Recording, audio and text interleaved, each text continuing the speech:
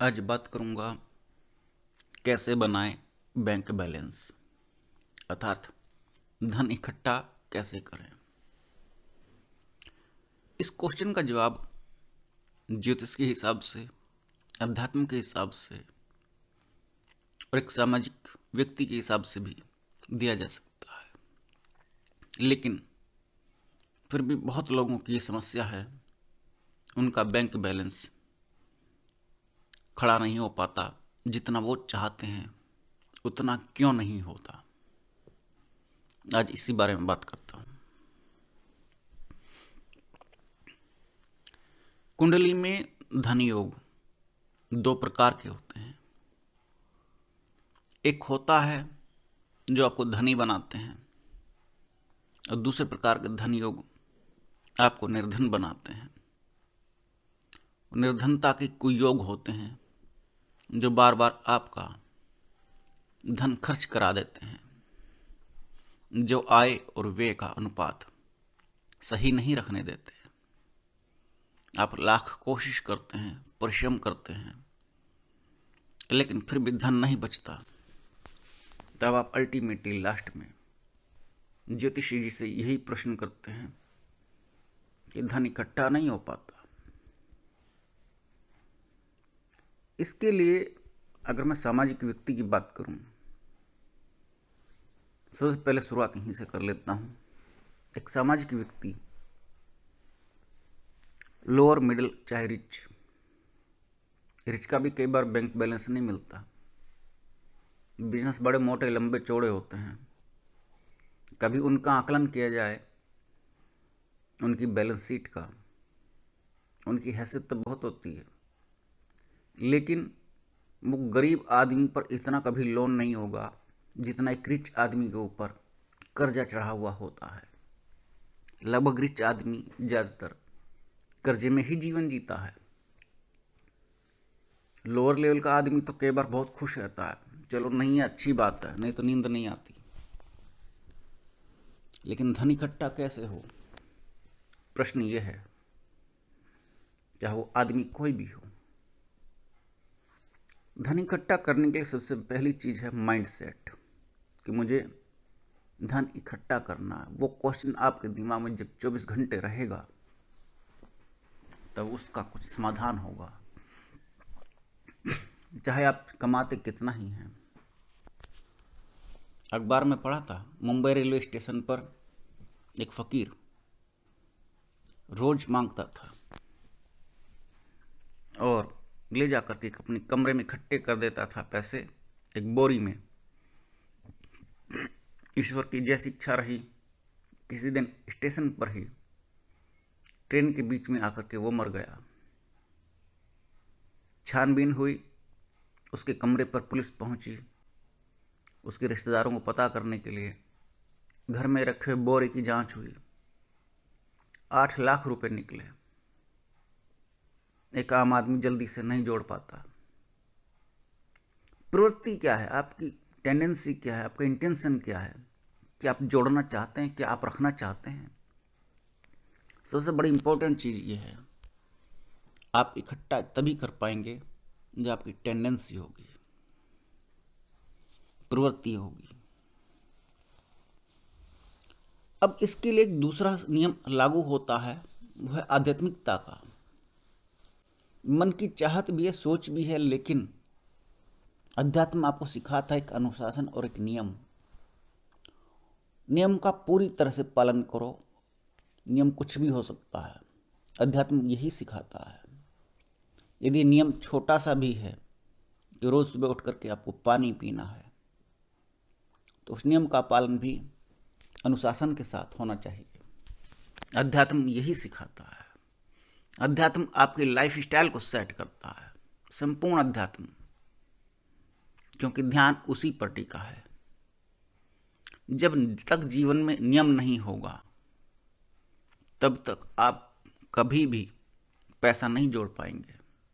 पैसा जोड़ना है, नियम की आदत डालनी पड़ेगी, इतना अनुशासित होना पड़ेगा, तो ये तो करना ही है, जिद्दी बनना पड़ेगा, किसी से कोई परामर्श नहीं, अंधा बहरा बनना पड़ेगा कि इतना तो जोड़ना ही है, खर्च नहीं करना, कर ही नहीं सकते, है ही नहीं, दिमाग में से निकाल दिया। 100 रुपये कमाते हैं, 20 रुपये तो है ही नहीं, 80 कमाते हैं। जब ये सोच लोगे, अर्थात 20 की तो सेविंग कर ही दी, आते ही कर दी, जिद पकड़ ली, और इसके बाद आता है नंबर 2 पर आपकी मन की इच्छाएं। अगर आप मन में इच्छाएं पाले रखोगे, इच्छाएं कभी खत्म नहीं होती, कभी एंड नहीं होता। एक इच्छा की पूर्ति करोगे, दूसरी उत्पन्न हो जाएगी।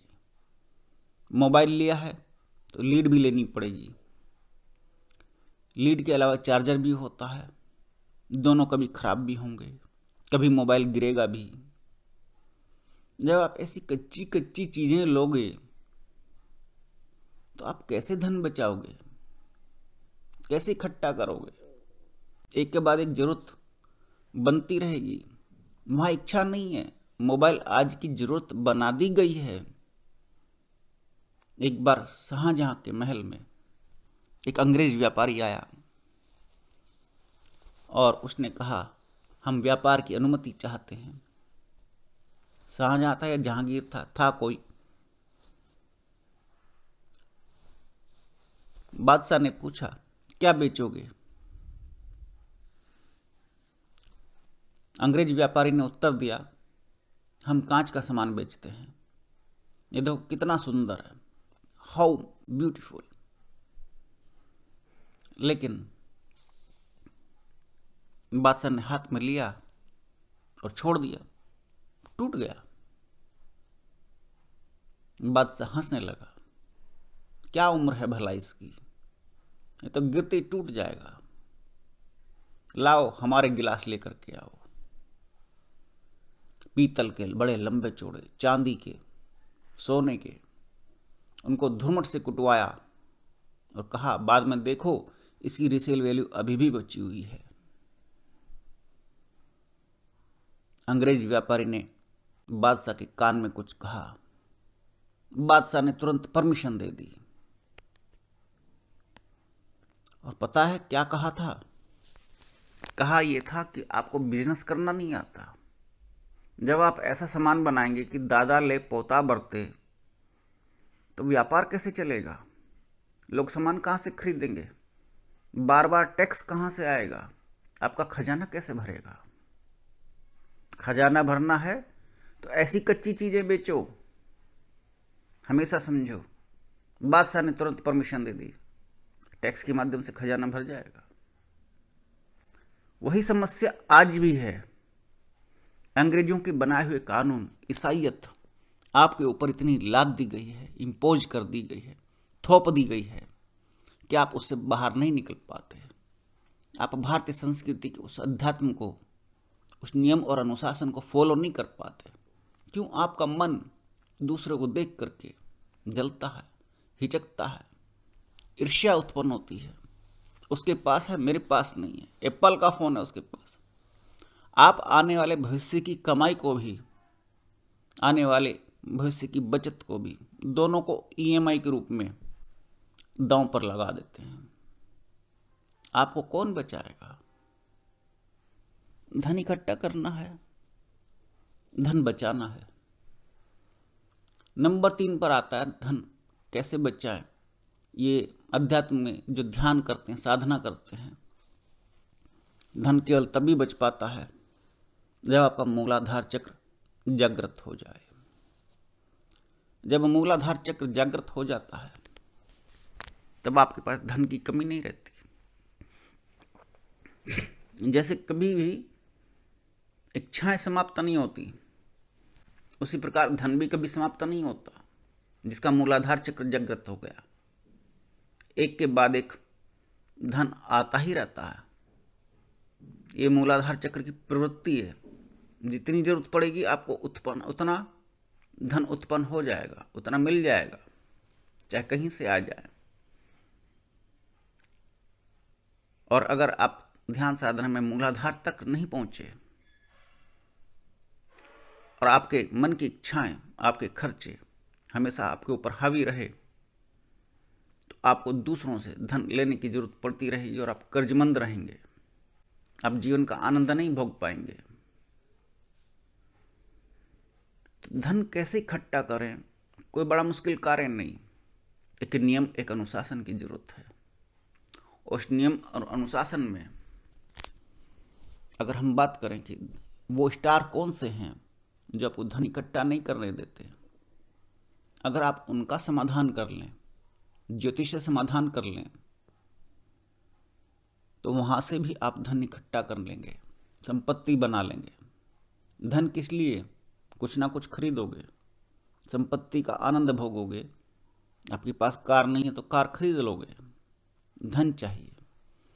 व्यापार की वृद्धि करनी है तब भी धन चाहिए, लेकिन स्वयं का बैंक बैलेंस हो, इसके लिए लाभेश 11वें घर का स्वामी, लाभ का स्वामी कुंडली में, जन्मपत्री में उसको बलि बनाइए, उसको मजबूत कीजिए, उसकी आराधना कीजिए। उसका रत्न भी पहन सकते हैं। उसके अलावा दूसरा घर बैंक बैलेंस का ही होता है, संचय, जमा धन का। जो भी कुछ आपने कमाया है वो आप बचाते कैसे हो। दूसरा घर इस बात का होता है कि आपके पास गुप्त धन, जो सिक्योर्ड मनी है, जो किसी को नहीं पता, केवल आपको पता है, वो दूसरे घर से देखी जाती है। अगर वहां बुरे ग्रह बैठे हों तब भी उनका उपाय कीजिए, उनको प्रसन्न कीजिए। जो भी विधि विधान से उपाय बनते हैं, धन की वृद्धि होगी, बैंक बैलेंस बढ़ेगा। नंबर 3 पर आता है, कोई भी मनुष्य जो धन कमाता है कर्म से कमाता है। कर्म कमजोर होगा, या कर्म क्षेत्र कमजोर होगा, या कर्म भाव कमजोर होगा, तब भी धन इकट्ठा नहीं हो पाएगा, क्योंकि काम कभी चलता है कभी नहीं चलता। 10वें घर के स्वामी को प्रसन्न करना होगा। अब आप कहेंगे किस किस को प्रसन्न करूं? 10वें को, 11वें को, दूसरे को। आप सिर्फ लग्नेश को बलि कर लीजिए। लगन बलि सो सब बलि, जिसका प्रमुख सिद्धांत है। अगर आपका लग्नेश बलवान है, तन और मन दोनों बलवान हैं, तो दृढ़ इच्छा शक्ति और विल पावर भी स्वतः ही मिल जाती है और आप उसके बलबूते बहुत कुछ कर गुजरते हैं। बैंक बैलेंस बनाने के लिए आपको नियम अनुशासन, मजबूत शरीर, अगर ध्यान साधना करते हैं तो मूलाधार चक्र की जागृति, सामाजिक जीवन में है तो इच्छाओं पर नियंत्रण, इन छोटे से सिद्धांतों को ध्यान में रखना पड़ता है। नमस्कार।